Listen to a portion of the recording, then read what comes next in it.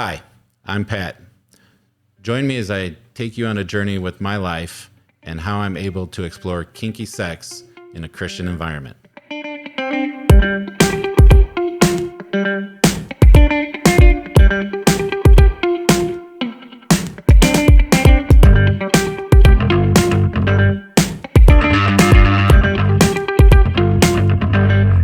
Welcome back, all you beautiful people, to another episode of the Kinky Christian Podcast. This is going to be a good one. I've got with me again. You loved him last time, so we brought him back. I've got James. And this episode, we're going to dig into, I hate kind of using this word, but it's what it's called. It's called the lifestyle. And James, when I say, or when someone comes to you and says, I'm in the lifestyle, what does that actually mean? What's the lifestyle? What does it encompass? To me, that's just them saying that they practice something different than the mainstream. Something out of the norm. Right. And it could be anything. But they've found a different way to view sex in their life. So they incorporate that into their lifestyle. And it could be a person's lifestyle is independent to them. They don't have to live. I don't have to live your lifestyle. You don't have to live my lifestyle. But we can all live the lifestyle. Right. So what I'm hearing, and he's kind of saying exactly what I'm thinking. The lifestyle can be anything. I mean, it's just a way of saying, look, we do things a little different than mainstream. So the lifestyle can be anything from just occasionally going out and once a year, having a little whipping session, or dressing up to have a little play party where she's wearing the schoolgirl outfit and you're the classroom teacher, to kind of what we do where it's a 24/7 master slave dom sub lifestyle where it incorporates into every part of our lives. So you got this big broad thing called the lifestyle, and you got to kind of look at it as like a bowl of nuts almost, Exactly. It's exactly like a giant bowl full of nuts. In more ways than one sometimes. But when you get like a thing of mixed nuts, you can have everything to what people consider the plain little peanut. It's really riding the nut metaphor. Gotta love the nuts. I was born with them, man. So you can have like the peanut, which is like the general, but then you get, the almonds and the cashews and all these different things. And each one has its own flavor and its own style. And different people like, I don't like the pecans, but I like the walnuts. And I don't like, the pistachios, but I dig, whatever. So the lifestyle is just like this big, giant bowl of nuts. And I think maybe trying to define it is what's actually dividing us. Is the problem. Defining that is the problem, essentially. So maybe we shouldn't be trying to define it. Maybe we should just be accepting of accept it. Maybe. Well, and that's not. And I'm going to go off a little bit, but that's kind of the problem with society in general. Absolutely. I mean, when you look at society, people in the lifestyle are just people. There's nothing different about us. I mean, I take a shower once a year, just like James. I work. I knew I was forgetting something. Well, it's not that time yet. I missed last year. Oh, it is that time. But we do things normal, just like everyone else. No, just so it's people. And just like in society, people can be judgmental. They can be, hypocritical. They can be mean and bullies. Same thing happens in here. You know, there's definitely two types of people in this world that I have seen. You got those that respect others and care about others and care about, I don't want to say so much rules, but like a structure and just having things in place. And then there are those who just kind of just say to hell with everything. You know, I don't care that, you know, I stole your bike. You know, I wanted it, I took it. I don't care. I don't care that you said your safe word. You know, you're going to get beat. You know, and I've seen it. I've seen both sides. So I mean, it's the same thing. People are people, and they're going to be people. So if the more we label each other, I think you're right. The more you try to label it and define something instead of just saying, "Oh, that's who you are." Well, great. You know, that's not who I am, but that's who you are. I think the more we can do that, the better off we are.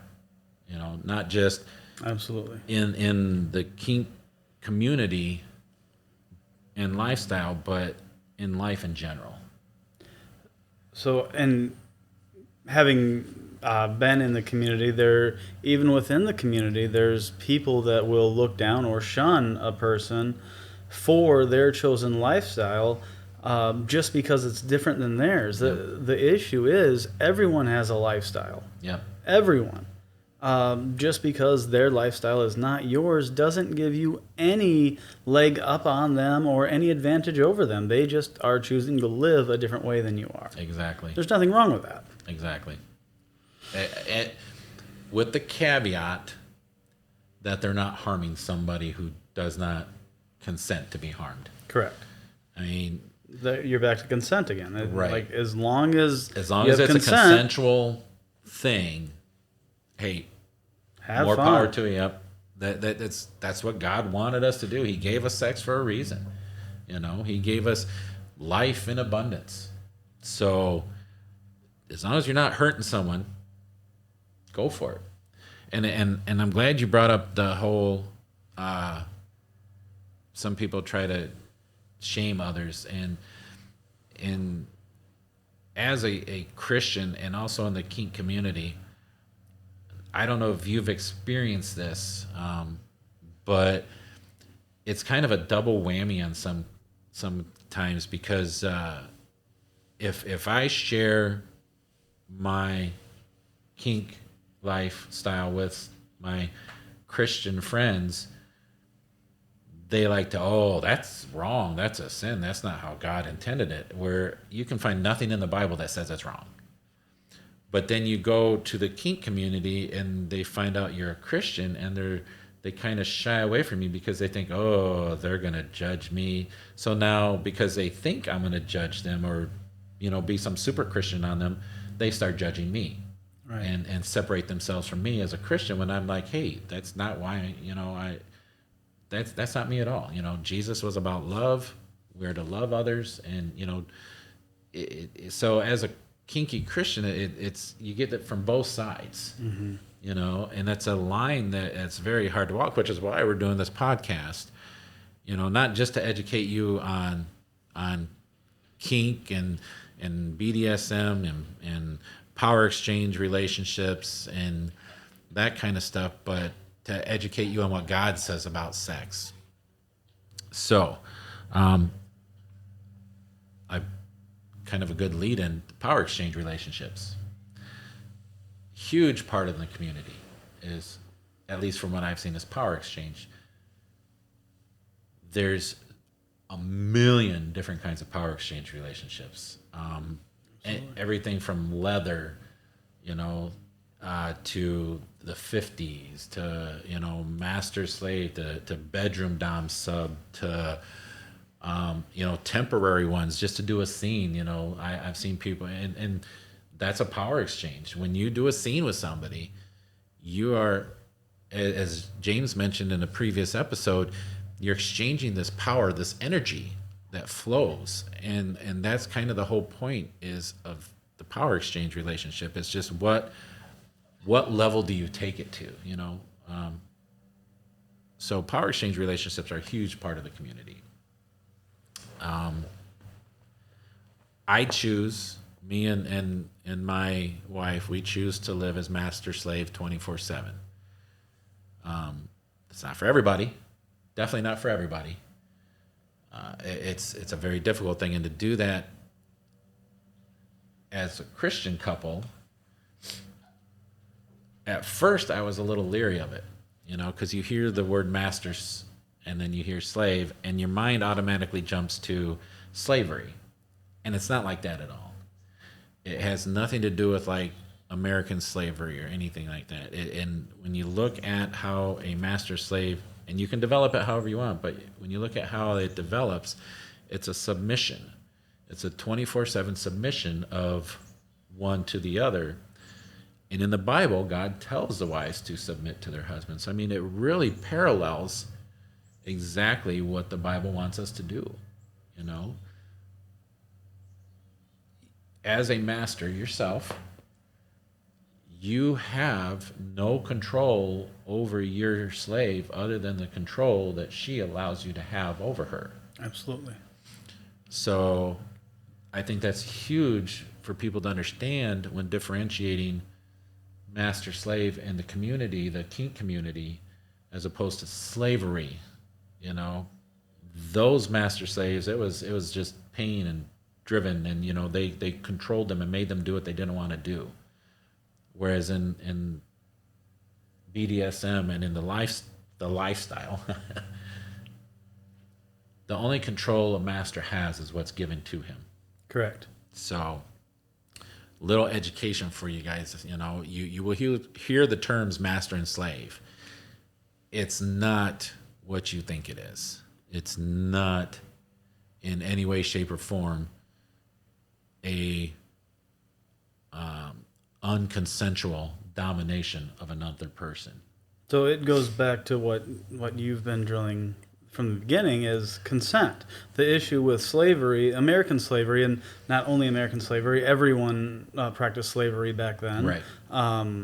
The problem with that was they removed the slave's consent. The slave they weren't choosing to be a slave. Right. Now, if you just switch that and people were like, if someone was so desperate and broke that the only thing they could do is go work for someone rich, like a bond servant. Yes, they choose hey, can I work for you in exchange for room and board and food?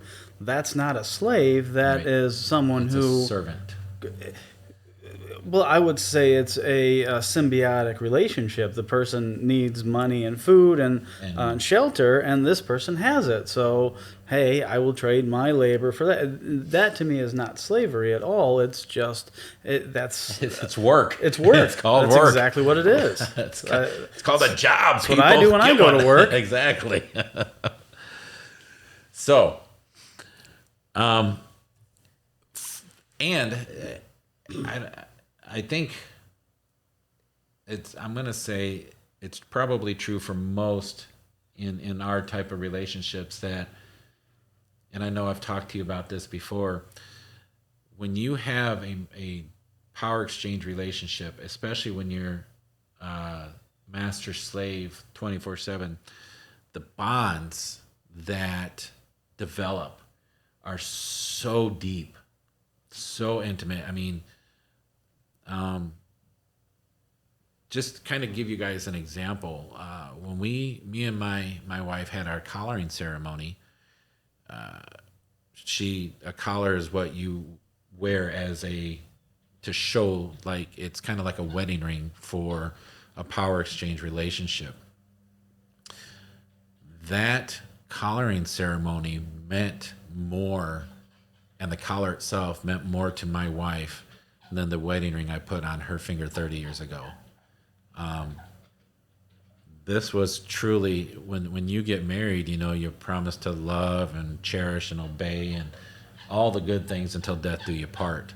But when you collar somebody, I mean, that takes things to a whole different level. I mean, that is like full submission of not just, body, but soul. And I mean, and you merge. You really merge. Well, that's the thing about it. It's a different level of commitment. It's not you go and you commit yourself to marriage. That's one level. But when you, as a submissive, choose to relinquish your say to another person, that's a much higher level of a commitment. And as you operate in that new higher level of commitment, the bonds that you have between you and another person, and it could be any other person, but anytime you're practicing that relinquishing of say, it's going to lead to a deeper level of trust and commitment. Trust is huge. Because, I mean, think about it. When you get married, yeah, you trust your spouse. But when you enter into that kind of a commitment, that's trust, man. Because I trust you, but I don't know if I trust you like that. Right. I mean, that's huge.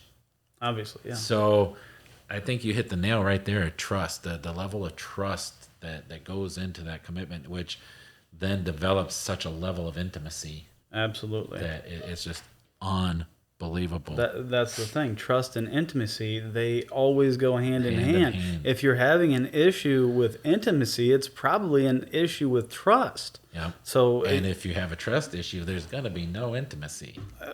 Typically, that's what I've found, yeah. Well, and there's a difference between intimacy and just sex. I mean, you can have sex without trust, but that intimacy, there's got to be that level there to do it. So I know we're kind of deviating a little bit, but we just want to share with you that the lifestyle is so much. It's everything. It's everything, and it can be as open as you want it to be. It can be as closed as you want it to be. It can be, as big and extravagant as you want it to be, or it can be just this tiny little thing you do once a year. I mean, the lifestyle itself is it's really, to me, without definition. Right. And you hit the nail on the head. It is without definition because every person gets to define it for themselves. Like, that's the beauty of the lifestyle. You get to say what it is. And that's an awesome power. It is. And nobody can tell you you're wrong. Right. Because if it's right for you, that's what you got to worry about. Well, wait, no. Someone can tell you you're wrong. Your partner can definitely tell you you're wrong. And trust me, she'll probably watch this and tell you you've been wrong quite a few times. I'm so used to that. Happens all the time, every day. Yeah. Some master we are. Right. Master of getting things wrong. Hey, if you're going to be good at something, I mean, you might as well be the master, right? Well, I try to be perfect. If getting things wrong, I try to be perfect. So you are the master at imperfection. Well, there you go. All right, guys. So to kind of sum things up, the lifestyle is what you make it for yourself. And don't let people try to pigeonhole you into something that you don't want or you don't agree with. And don't let them shame you because you see things a little different than they do. Right.